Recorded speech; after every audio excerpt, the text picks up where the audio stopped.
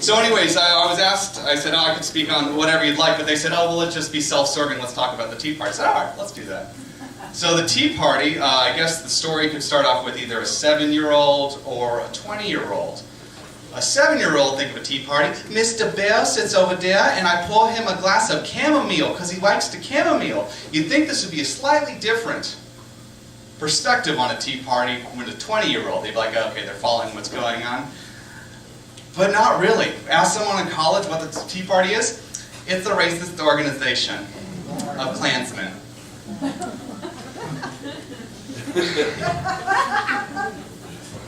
You continue on with that line of questioning. Like, well, do you know what the original Tea Party is? Yes, I took the History of Consciousness 101 class. That's required for graduation. The original Tea Party involved Daniel Boone, Benjamin Franklin, and Thomas Jefferson, and they went all over to India to steal the tea because America was like a colonial imperialistic power. And over there they started a war known as the Civil War, but because Benjamin Franklin was ambassador to France, it was called the French and Indian War, duh. And then we stole the tea and gave them pesticides so they can kill all their trees. And then they came back and Nixon renamed the Tea Party, as it was known, the Republican Party. You'd think political discourse is a little bit more intricate because, they've hit puberty, they're older, they understand the world. No, they don't. And the sad thing is, all their votes cancel out yours. How fantastic is that? What I came here, I think, really to talk about is, I don't think it's an alarming trend, but it was maybe a little bit over deification of the Constitution. And as the room falls silent with that message, bringing up some points about the Constitution. The Constitution is something you accept entirely. It is the law of the land. And aspects of it are some things that I would not buy onto. Does anyone agree? Do they think the same way? 16th Amendment. Passed in 1913, the same time we get Woodrow Wilson and the Federal Reserve. And this is the problem with microphones, because now I've got to fumble with these pages. The 16th Amendment reads fantastically like this: the Congress shall have the power to lay and collect taxes on incomes from whatever source derived without apportionment among the several states and without regard to any census or enumeration, limitless arbitrary taxation. This is part of the Constitution, not part of the original Constitution naturally, but part of the Constitution. This is where you get 94% taxation rates in the 1940s under Roosevelt. You make $100,000 a year, congratulations, you get to keep $6,000 of it.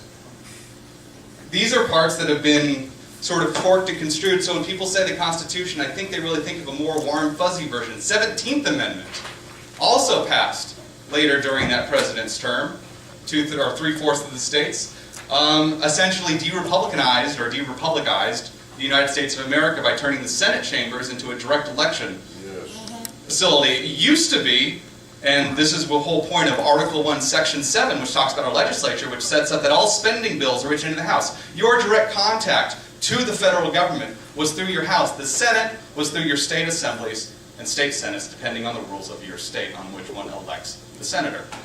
The whole point of that was you don't want too much direct influence onto monies that are national, that are being collected, because all you get is people collecting monies nationally and then sending it back to their states. And so there's aspects of that I don't think we like. How many of you guys enjoy alcohol?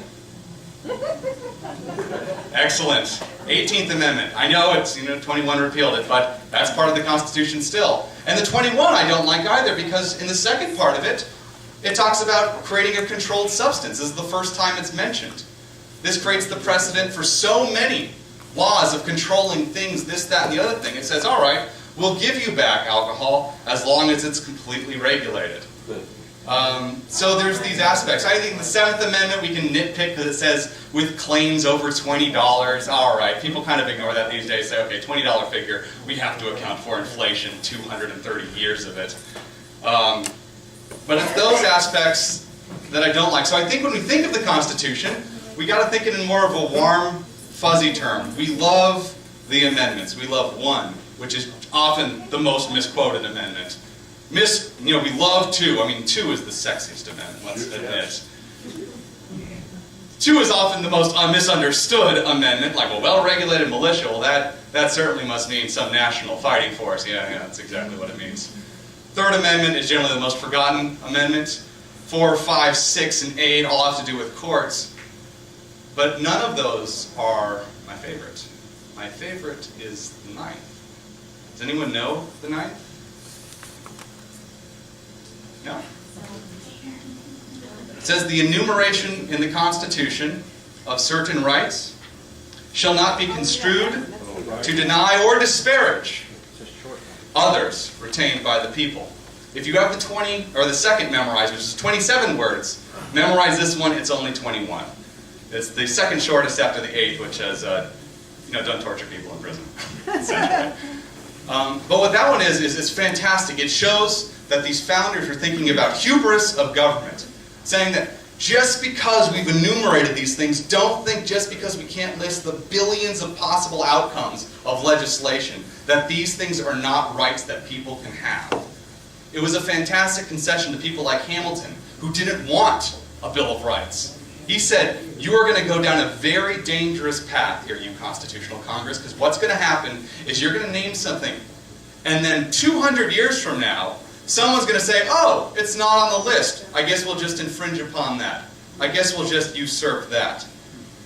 And you had a very interesting argument that culminates in the 9th that we don't really pay a lot of attention to. I would say the 9th is totally violated, mangled. It's not something it's not admissible in court. You're going to say, you can't tax me on that. Why? Because of the 9th Amendment.